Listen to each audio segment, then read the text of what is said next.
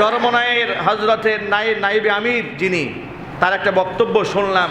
ফরিদুদ্দিন মাসুদ সাহেবের অনেক প্রশংসা করছেন যে তার বিয়াই হন, তালুই হন, ইত্যাদি ইত্যাদি হন, অনেক কিছু হন। আমাদের কোনো অসুবিধা নাই, তিনি বড় আলেম, এটা মানতে আমাদের কোনো অসুবিধা আছে?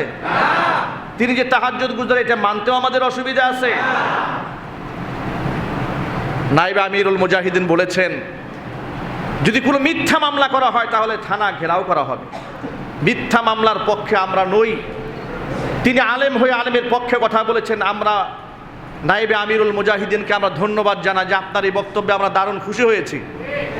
কিন্তু এই খুশি আমরা আরো অনেক আগে হতে পারতাম। যেদিন মামুনুল হক অ্যারেস্ট হয়েছিল, আপনি যদি বলতেন মিথ্যা মামলায় গ্রেফতার করা হয়েছে, থানা ঘেরাও করা হবে, সেদিন আমরা আর অনেক খুশি হতে পারতাম। যেদিন জুনায়েদ বাবুনগরী হাফিজাহুল্লাহকে মিথ্যা মামলায় গ্রেফতার করে একজন বয়োবৃদ্ধ মানুষকে রিমান্ডে নিয়ে পা উল্টা করে ঝুলিয়ে পিটিয়ে রক্তাক্ত করা হয়েছে, সেদিন যদি হুঙ্কার দিয়ে বলতেন এই সমস্ত মিথ্যা মামলা আলেমদের নামে দেওয়া হয়েছে, থানা ঘেরাও করা হবে, ওসি প্রত্যাহার করা হবে, এদেশের মুসলমানদের কলিজা ঠান্ডা হয়ে যেত। আপনি সেদিন এই কথাগুলো বলেন নাই। আপনি সেদিন কথা বলেন নাই, বরং আকার ইঙ্গিতে অনেক জায়গায় এমনও কথা বলেছেন সরকার একেবারে ধাক্কা দিয়ে ফেলে দিবা, বিরাট শক্তি, রাজনৈতিক বুঝো, নানান কথা বলেছেন। দুঃসময়ে আমরা এগুলো বলতে চাই না। আমরা জাতির ঐক্য চাই, তবে মনের কিছু ব্যথা এই জন্য শেয়ার করলাম যে আজকের এই দিনে যখন গোটা বাংলাদেশের মুসলমানরা ক্ষত বিক্ষত, রক্তাক্ত, মুসলমানদের কলিজার মধ্যে ঘা এখনো শুকায় নাই, গাদ্দারদের প্রশংসা কোন সাহসে জাতির সামনে আপনি উচ্চারণ করেছেন? যারা জাতির সাথে গাদ্দারি করেছে, মাজলুম আলেমদের বিপক্ষে অবস্থান নিয়েছে, তাদের পক্ষে টু শব্দ পর্যন্ত করবেন, এ জাতি মেনে নেবে না।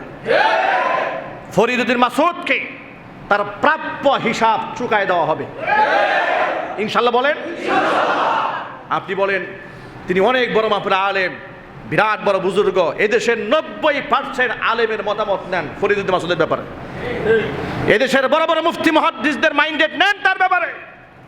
তারাই বলে দেবে যে তিনি কত বড় মাপের দালাল ছিলেন, এ জাতি বলে দেবে। আমি আরো কষ্ট পেয়েছি, তিনি বলেছেন যে ইসলাম বিদ্বেষীরা বলেছেন যে ফরিদুদ্দিন মাসুদ নাকি দালাল। ইসলাম বিদ্বেষীরা, এ কথা বলে আপনি কাকে ইঙ্গিত করলেন? ইসলাম বিদ্বেষী বলে আপনি কাকে ইঙ্গিত করেছেন? এদেশের 90% মানুষ বিশ্বাস করে ফরিদুদ্দিন মাসুদ সরকারের পা চাটা গোলাম ছিল। আপনারা কি এটা কি স্বীকার করেন? আমি যা বললাম সত্য না অসত্য? চিল্লায় বলেন।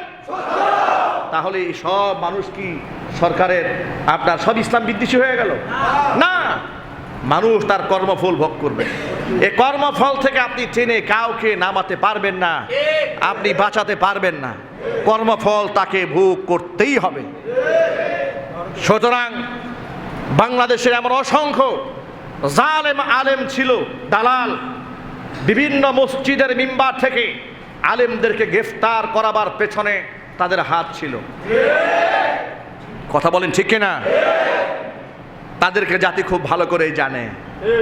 সুতরাং বাংলাদেশের আলেমদের ঐক্যের সাথে সাথে সুবিধাভোগী যারা ছিল এবং পিছন দিক থেকে যারা জাতিকে ছুরি মেরেছে, আলেমদের ঐক্যে ফাটল সৃষ্টি করেছে, তাদেরকেও জাতির সামনে চিহ্নিত করতে হবে।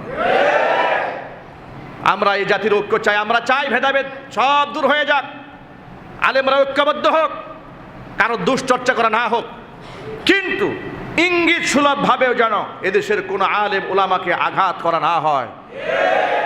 আজকে সময় এসেছে সামনে ইসলামকে এগিয়ে নিয়ে যাওয়ার। এই জাতিকে প্রস্তুত আছে ইনশাআল্লাহ? প্রস্তুত আছেন তো ইনশাআল্লাহ? আল্লাহ যেন কবুল করেন।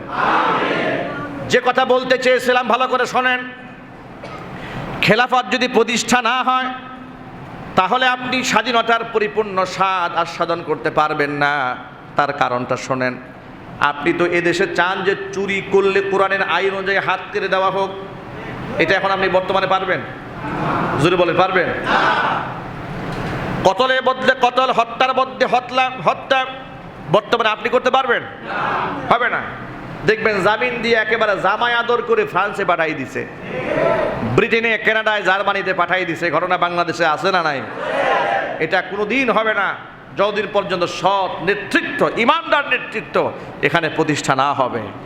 সুতরাং আমার সামনে যে সমস্ত মুসলিম ভাইয়েরা আছেন সকলকে বলবো, গোটা বাংলাদেশের মানুষ এখন তাকিয়ে আছে আলেমদের দিকে, কোরআনের দিকে, আল্লাহ রসুলের দিকে। আলেমদের বুঝি আস্থা আছে, বিশ্বাস আছে, ভালোবাসা আছে। এই ভালোবাসার বহিঃপ্রকাশ ঘটাতে হবে আলেমদের নেতৃত্ব কায়েম করার মাধ্যমে ইনশাআল্লাহ। আল্লামা মামুনুল হক হাফিজাহুল্লাহ রাত দিন পরিশ্রম করে গোটা জাতিকে ঐক্যবদ্ধ করার আপ্রাণ চেষ্টা চালিয়ে যাচ্ছেন। আগামী 28শে সেপ্টেম্বর রাজবাড়ী মাঠে, আগামী 28 সেপ্টেম্বর শনিবার, সেখানে হেফাজতে ইসলাম বাংলাদেশের এমনকি বৈষম্য বিরোধী ছাত্র আন্দোলনের শহীদদের রুহের মাগফিরাত কামনায় দোয়া আয়োজন হবে। এমনকি গোটা জাতির জন্য এখন করণীয় শীর্ষক আলোচনা হবে। এই ব্যাপারে আল্লাহ মামুনুল হক হাফিজাহুল্লাহ জাতির উদ্দেশ্যে দিক নির্দেশনামূলক বক্তব্য দেবেন ইনশাআল্লাহ। দলমত নির্বিশেষে কোরআনের রাজ কায়েমের লক্ষ্যে, কোরআন সুন্নাহর খেলাফত বাংলার জমিনে প্রতিষ্ঠার লক্ষ্যে ভেদাভেদ ভুলে গিয়ে হাতে হাত মিলিয়ে, কাঁধে কাঁধ মিলিয়ে সকলে রাজবাড়ির ময়দানে উপস্থিত থাকবেন তো ইনশাআল্লাহ।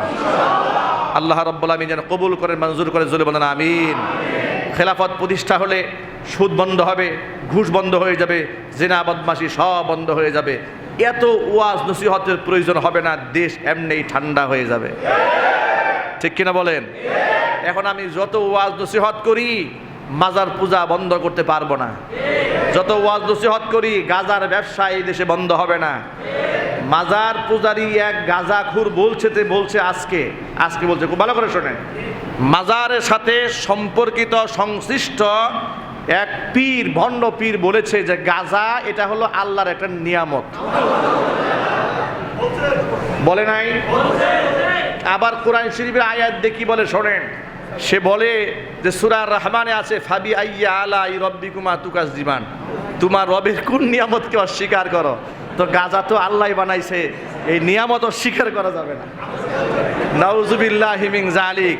কয় গাজা আল্লাহ যেহেতু বানাইছে অতএব গাজা পরিমাণ মতো খাওয়া যাবে, সীমা লঙ্ঘন না করে পরিমাণ মতো খাইলেই হয়। তো গাজা তো আল্লাহ বানাইছে, গুও তো আল্লাহ বানাইছে। কথা বলে না কেন? এই গাজাখুরকে বলবো গাজা যেমন আল্লাহ বানিয়েছে, গুও তো আল্লাহ বানিয়েছে, তুমি এবার গুও খা। কথা বলেন ঠিক কিনা বলেন? সাংবাদিক প্রশ্ন করলো, চোখের সামনে সুন্দরী মেয়ে যাচ্ছে, এই ভণ্ডকে জিজ্ঞেস করছে, তো তখন আপনি কি করবেন? চোখের সামনে সুন্দরী মেয়ে গেলে তা আপনি কি করবেন? এই ভণ্ড পীর বলে আমি এই নিয়ামত দেখে উপভোগ করব।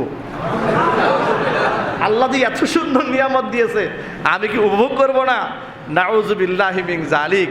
প্রিয় ভাইরা, এই ভণ্ডামি আপনি কি করে বন্ধ করবেন? এই ভণ্ডামি বন্ধ করতে হলে খেলাফত প্রতিষ্ঠা ছাড়া উপায় নাই। ওয়াজ নসিহত দিয়ে এগুলো আপনি বন্ধ করতে পারবেন না। সুতরাং আসুন, আল্লাহ রাব্বুল আলামিন আমাদেরকে আলেমদের নেতৃত্বে এগিয়ে যাওয়ার তৌফিক দান করুন। সকলে জোরে বলুন আমিন।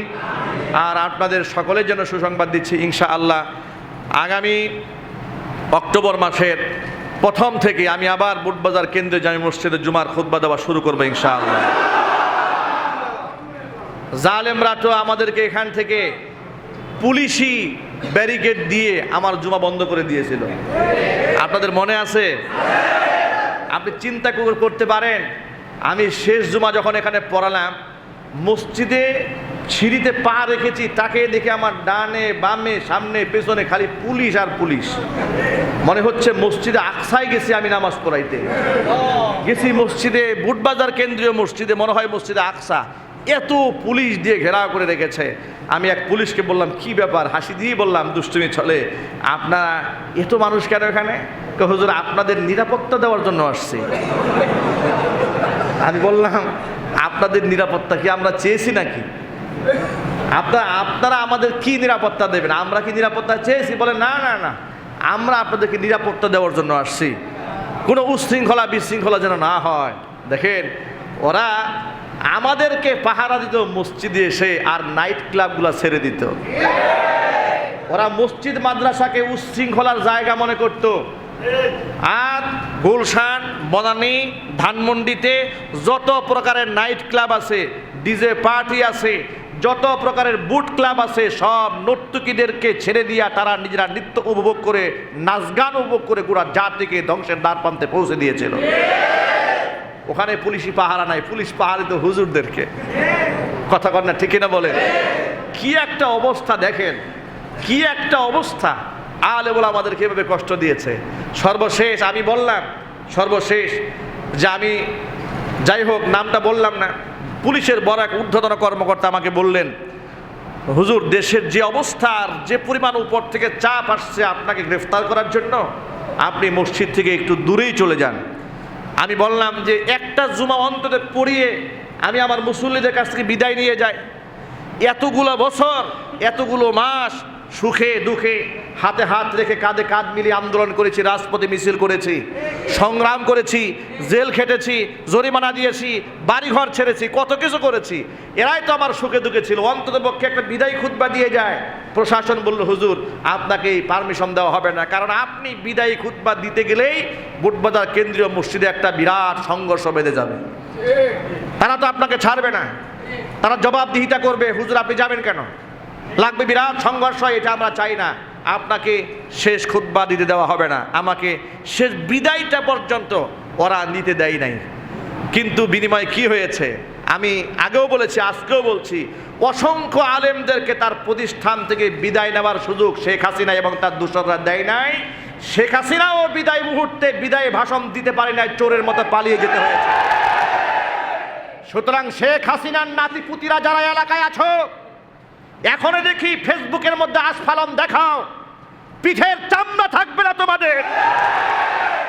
মুসলমানদের সুদিন এসেছে, আলেমদের সুদিন এসেছে, উলামায়ে কেরাম ঐক্যবদ্ধ হয়েছে, গোটা জাতি ঐক্যবদ্ধ হয়েছে। কোন নাস্তিক আর বেঈমান যদি সমাজের মধ্যে আস্ফালন দেখাতে চায়, দাঁত ভাঙ্গা জবাব দেওয়ার জন্য প্রস্তুত আছেন কিন্তু। সুতরাং ওরা সর্বশেষ আমাকে এখানে জুমা পড়াতে দিল না। আল্লাহ মাহমুদুল হক হাফিজাহুল্লাহ অ্যারেস্ট হওয়ার পর থেকে লম্বা সময় বুটবাজার কেন্দ্রীয় জামি মসজিদে জুমার খুতবা আমি দিতে পারি নাই। আলহামদুলিল্লাহ এরপরে আরও বড় বড় মসজিদে আমি জুমার খুতবা আলহামদুলিল্লাহ দিয়েছি, বর্তমানে দিচ্ছি। ঢাকা কাউরান বাজার আম্বরশা শাহী জামি মসজিদের খতিব হিসেবে তারা আমাকে নিয়োগ দিয়েছে, নামাজ পড়াচ্ছি। এর থেকে আরও সম্মানের জায়গায় আল্লাহ পাক নিয়েছেন। কিন্তু মনে কষ্ট হলো, নিজ এলাকায় মাজলুম অবস্থায় মসজিদ কর্তৃপক্ষ আমাকে রাখার বহুত চেষ্টা করেছে, মুতাওয়াল্লি পরিবার রাখার বহুত চেষ্টা করেছে, মুসল্লি রাখার চেষ্টা করেছে। ওরা নিজেরা সরাসরি ব্যর্থ হয়ে পুলিশ দিয়ে বারবার বাধা দিয়েছে। প্রশাসনের চাপে চলে গিয়েছিলাম। আলহামদুলিল্লাহ কর্তৃপক্ষ 3-4 দিন আগে আমার কাছে সকলেই তারা এসেছিলেন। তারা বলেছেন যে হুজুর আমাদের তো আপ্রাণ চেষ্টা ছিল আপনাকে রাখার, কিন্তু আমরা রাখতে পারি নাই চাপে, প্রশাসনের চাপে। যেহেতু আল্লাহ পাক দেশকে স্বাধীন করে দিয়েছেন, আপনি যদি আবার আমাদের মসজিদে আবার আসেন, তাহলে স্বাধীনতার স্বাদটা ভালো করে উপভোগ করতে পারবো ইনশাল্লাহ। অক্টোবর মাসের প্রথম জুমা, দ্বিতীয় জুমা ইনশাল্লাহ দাওয়াত থাকলো ইনশাল্লাহ। আল্লাহ রাব্বুল আলামিন যেন আমাদের সকল ভাইদেরকে কবুল করেন, খেলাফত জুমা মজলিসকে আল্লাহ পাক কবুল করেন। যাদের তত্ত্বাবধানে আজকে প্রোগ্রাম হয়েছে, অন্তরস্থল থেকে তাদের জন্য দোয়া রইল, ভালোবাসা রইল। জাতির এই ক্লান্তি লগ্নে তারা জাতির ইসলার জন্য, জাতিকে ঐক্যবদ্ধ করার জন্য যে আয়োজন করছেন, আল্লাহ রাব্বুল আলামিন যেন ভবিষ্যতে আরও বড় বড় আয়োজন। চেহারা খুব ভালো করে চিনি, আবার শুনতে পাচ্ছি ওদের কিছু দূষরেরা দাড়ি টুপি দিয়া এখন হেফাজতের কর্মী হওয়ার জন্য অভিনয় করতেছে। হেফাজতের কর্মী শুধু না, নেতা হওয়ার ধান্দা করতেছে। আমরা বলবো কোনো ধান্দায় কাজ হবে না। মরহুম শহীদ দেলোয়ার হোসেন সাঈদ রাহিমাহুল্লাহ বলেছিলেন, সময় আসবে এমন ইন্দুরের গর্ত পাবা না পালাবার জন্য। তোমাদের সেই দিন এসেছে। ইন্দুরের গর্ত পাবা না পালাবার জন্য আমাদেরকে হেফাজতি বলে মামলা দিয়েছিলে, আমাদেরকে জামাত শিবির বলে মামলা দিয়েছিলে, মৌলবাদ বলে মামলা দিয়েছিলে, জঙ্গিবাদ বলে মামলা দিয়েছিলে। এখন তোমরা নিজেরাই হেফাজত সাজার জন্য ধান্দা করছ। যে সুরতে আসো আর যে লেবাসে আসো, তোমাদেরকে ভালো করে চিনি। সঠিক সময় সঠিক জবাব দেওয়া হবে ইনশাআল্লাহ। আমার প্রিয় যুবক ভাইয়েরা, যে কথা বলতে চেয়েছিলাম, ইসলাম যদি জমিনে কায়েম না হয়, স্বাধীনতার পরিপূর্ণ স্বাদ আস্বাদন করা কোনোদিন সম্ভব হবে না। খেলাফত যদি প্রতিষ্ঠা না হয় তাহলে আপনি ধর্ষণের সঠিক বিচার পাবেন না, খুনের সঠিক বিচার পাবেন না, এমনকি চুরির সঠিক বিচার পাবেন না। আপনাদেরকে বিনয়ের সাথে জানতে চাই, আল্লাহ কোরআনে যত বিধান দিয়েছেন সমাজের মধ্যে বাস্তবায়ন করার দরকার আছে না নাই?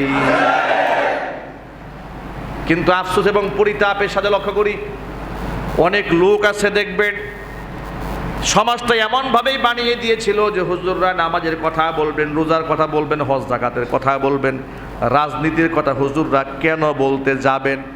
এমনকি এই মসজিদের মিম্বার থেকে খতিব সাহেবরা স্বাধীনভাবে কোরআন সুন্নাহর ভিত্তিতে রাজনৈতিক সমাধানমূলক কথাও কোনো তারা বলতে পারেন নাই। ওয়াজের প্যান্ডেলে উঠে তারাই বলতো হুজুররা রাজনৈতিক বয়ান দেবেন না, কিন্তু নির্বাচনের সময় এসে তারাই সবার আগে রাজনীতি করতেন। এমন কোন নির্বাচন বিগত জীবনে হয় নাই যেখানে এই নাফরমানের দলেরা মসজিদে এসে দোয়া চায় নাই। কথা বলতে হবে, ঠিক কিনা? সিনেমার নায়ক সারা জীবন আকাম করছে, এই লোকেও দেখি নির্বাচন আগে, গত নির্বাচনের আগে ঢাকাতে ধানমন্ডিতে মাথার মধ্যে একেবারে টুপি টাপি দিয়া মেহরাবের মধ্যে এসে হাজির, মনে হচ্ছে বাইতুল মুকাররম থেকে মাত্র খেলাফত নিয়ে আসছে। কথা বলেন, ঠিক কিনা বলেন? ওরা আবার সুযোগেই আমাদেরকে ধর্ম ব্যবসায়ী বলে গালি দেয়। কি আফসোস, কি পরিতাপের কথা! সারা জীবন ধর্মের 12টা বাজিয়েছে, আর নির্বাচনের সময় মাথায় টুপি দিয়ে পাবলিকের কাছে ভোট চাইতে আসছে। ওর মতো ভণ্ড ধর্ম ব্যবসায়ী পৃথিবীতে আর আছে? আলেমরা কি করে ধর্ম ব্যবসায়ী হবে? যে আলেমরা ধর্মের জন্য বাড়ি ছাড়তে পারে, ধর্মের জন্য স্ত্রী ছাড়তে পারে, ধর্মের জন্য বছরের পর বছর জেল খাটতে পারে, ধর্মের জন্য ফাঁসির রশি গলার মধ্যে পড়তে পারে, তারা কোনোদিন ধর্ম ব্যবসায়ী হতে পারে না। ধর্ম ব্যবসায়ী তারা সারা জীবন ধর্ম মানে না, নির্বাচন আসলে মাথার মধ্যে টুপি দেয়, এরা হচ্ছে প্রতারক ধর্ম ব্যবসায়ী। আর এ জাতির কাছে ধর্ম ব্যবসায়ীরা ইতোমধ্যে চিহ্নিত হয়ে গেছে। আগামীতে আর কাউকে ধর্ম ব্যবসা করতে দেওয়া হবে না, ইনশাল্লাহ বলেন। কোন ধর্ম ব্যবসা চলবে না, কোন ভণ্ডদের পেছনে, বেনামাজির পিছনে, ফাসিক ফুজ্জারের পেছনে, সুদখোর মদখোর ঘুষখোরের পেছনে কোন যুবক চলবে না, লাঠিয়াল বাহিনী হবে না। যুবকরা আলেমদের নেতৃত্বে খেলাফত কায়েমের জন্য ঝাঁপিয়ে পড়বে। যুবকেরা আগামীর দিনের জন্য প্রস্তুতি গ্রহণ করতে হবে, ইনশাল্লাহ বলেন। 500 টাকা দিয়া আর ভোট কেনা দেনার দিন শেষ, ইনশাল্লাহ বলেন। আর কোনো আলেম এই মাটিতে নির্যাতিত হবে না, ইনশাল্লাহ বলেন। তবে যারা স্বৈরাচারের ধূসর ছিল তাদের বিচার হতে হবে। আপনাদেরকে মনে আঘাত নিয়েন না, কষ্ট নিয়েন না। একটা কথা বলি, বাংলাদেশের এমন চিহ্নিত দাড়ি টুপিওয়ালা ছিল যারা সরাসরি আলেমদেরকে নির্যাতন করার ক্ষেত্রে স্বৈরাচারীর সহযোগী ছিল। এটা কি সত্য না অসত্য? ফরিদ উদ্দিন মাসুদ, নাম না বলে পারলাম না। ব্যক্তিগতভাবে তিনি বড় আলেম, আমি অস্বীকার করি না। বড় শাইখুল হাদিস, এতে আমাদের কারো কোনো এক্সকিউজ নাই। তাহাজ্জুদ গুজারি শুনেছি, যতটুকু শুনেছি এতেও আমাদের কোনো দ্বিমত নাই। তিনি কান্নাকাটি করেন, তাসবিহ তাহলিল করেন, তার ব্যক্তি ইবাদতে আমাদের কারো মনে কোনো কষ্ট নাই, তার ব্যাপারে কোনো আঘাত নাই। সেই মুআমালা একমাত্র আল্লাহর সাথে, তার সাথে, ঠিক কিনা? কিন্তু শাহবাগ চত্বরে গিয়ে নাস্তিকদের সঙ্গ দিয়ে প্রকাশ্য দিবালকে তিনি এদেশের শ্রেষ্ঠ আলেমদের নাম ধরে ধরে বলেছেন, আমি সাঈদীর ফাঁসি চাই। এই একজন নিরপরাধ আলেমের নামে তিনি ফাঁসি চেয়েছেন, নাস্তিকদের সঙ্গ দিয়েছেন। নাস্তিকদের সঙ্গ যে আলেম দিয়ে একজন নির্যাতিত, একজন মাজলুম আলেমের উপর আরো নির্যাতন চালালো, তার বিচার হওয়ার দরকার নাই? চিল্লাই বলেন। অবশ্যই তার বিচার হতে হবে, তার সাফায়ে গায়ে কোনো লাভ নাই। আমি শুনেছি বাংলাদেশের, নাম বলেই ফেলি,